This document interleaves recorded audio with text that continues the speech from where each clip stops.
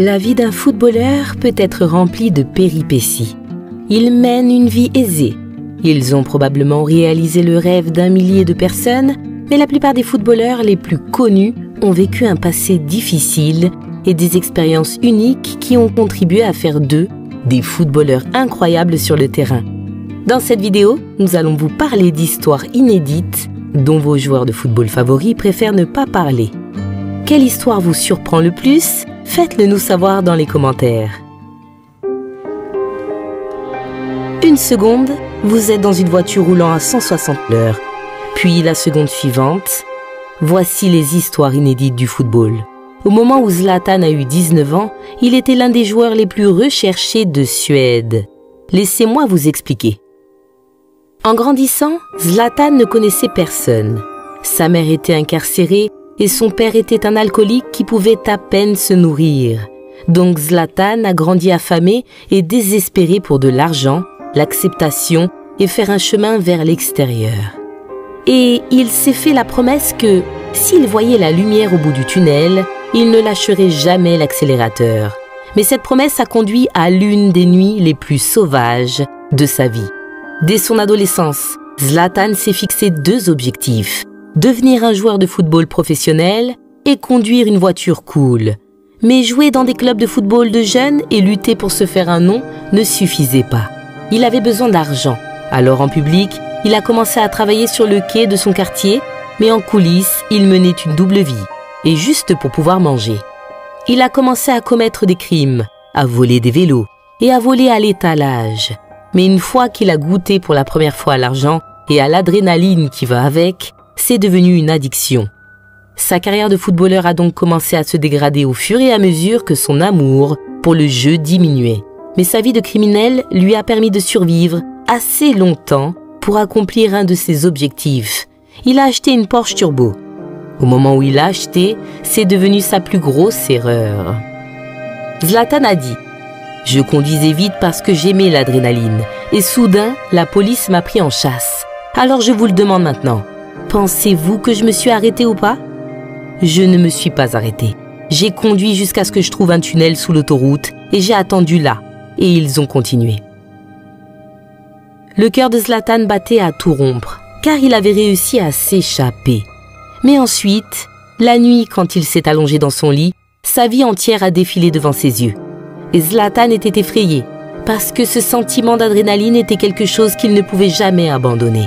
Alors à ce moment précis, il s'est dit qu'il devait plutôt canaliser cet instinct de tueur sur le terrain pour poursuivre son autre but et devenir l'un des attaquants les plus redoutables du football. Et maintenant, quand vous voyez Zlatan dominer, sachez simplement que cette nuit-là, cette décision unique a créé une légende. Si seulement Lukaku avait appris sa leçon avant qu'il ne soit trop tard, car en 2017, il établissait des records sûrs et en dehors du terrain. Mais au fond, Lukaku avait un secret. Même s'il jouait à Everton, son cœur n'était pas sur le terrain. Tout ce à quoi Lukaku pouvait penser, c'était que ses jours de jeu à Everton avaient atteint leur apogée.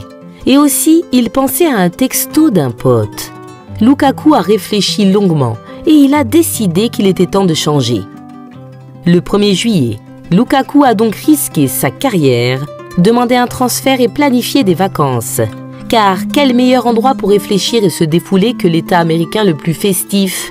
Lukaku a donc fait ses valises, a pris un vol et a fui le pays.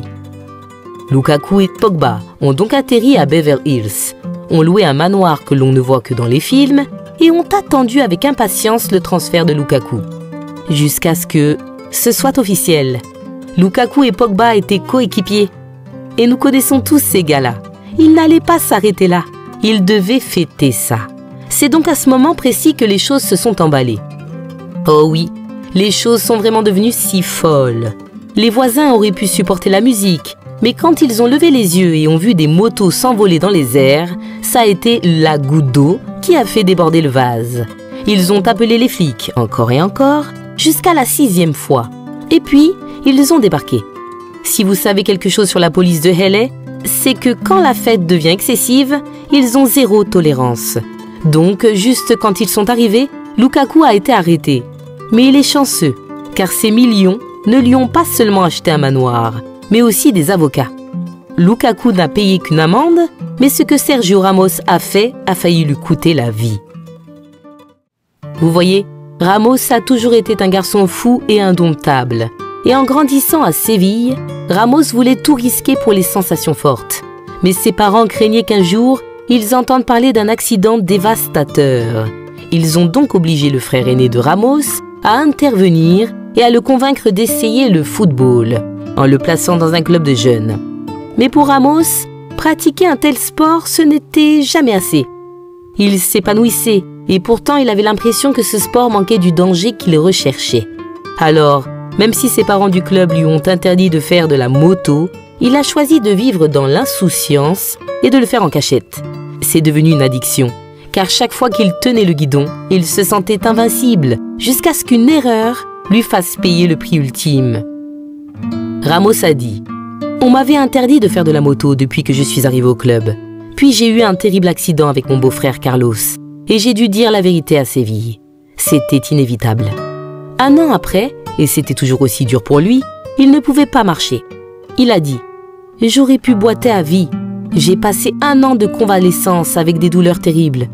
Tout le monde pensait qu'il ne pourrait jamais s'en remettre. » Il poursuit « Plusieurs fois, je me suis dit que j'étais foutu. » Contre toute attente, Ramos n'est pas seulement allé jusqu'à la guérison. Il est devenu un meilleur joueur de football qu'il ne l'aurait jamais imaginé. Et vous pensez qu'en se retrouvant face à face avec la mort, il aurait renoncé à son rêve de moto. Mais nous sommes en 2021 et Ramos n'a pas pu s'en empêcher.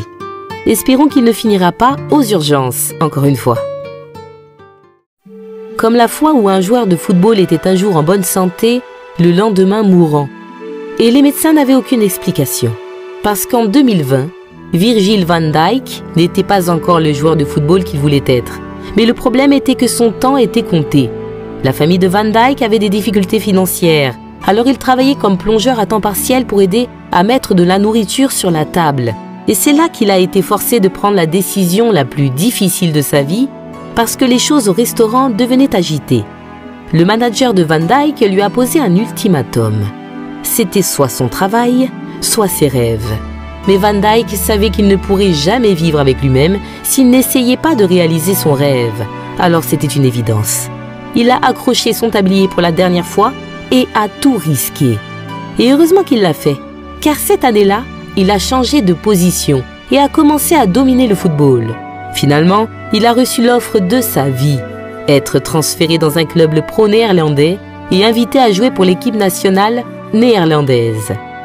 L'avenir semblait donc prometteur, mais un jour, ses coéquipiers ont remarqué qu'il était bizarre. Sur le terrain, Van Dijk était fatigué et avait l'air malade. Il avait probablement attrapé un rhume, non? Eh bien, il a fait savoir à tout le monde que c'était probablement mieux pour lui de rentrer à la maison pour se reposer et récupérer. Van Dijk a commencé à se sentir si nauséeux qu'il a fait un détour et s'est arrêté dans un hôpital. Mais quand les médecins ont jeté un coup d'œil, tout semblait normal et ils lui ont dit de rentrer chez lui et de dormir. Grosse erreur. En effet, alors qu'il était allongé, Van Dijk a eu l'impression d'avoir été poignardé dans la poitrine et pouvait à peine se lever. Donc maintenant, il avait peur pour sa vie.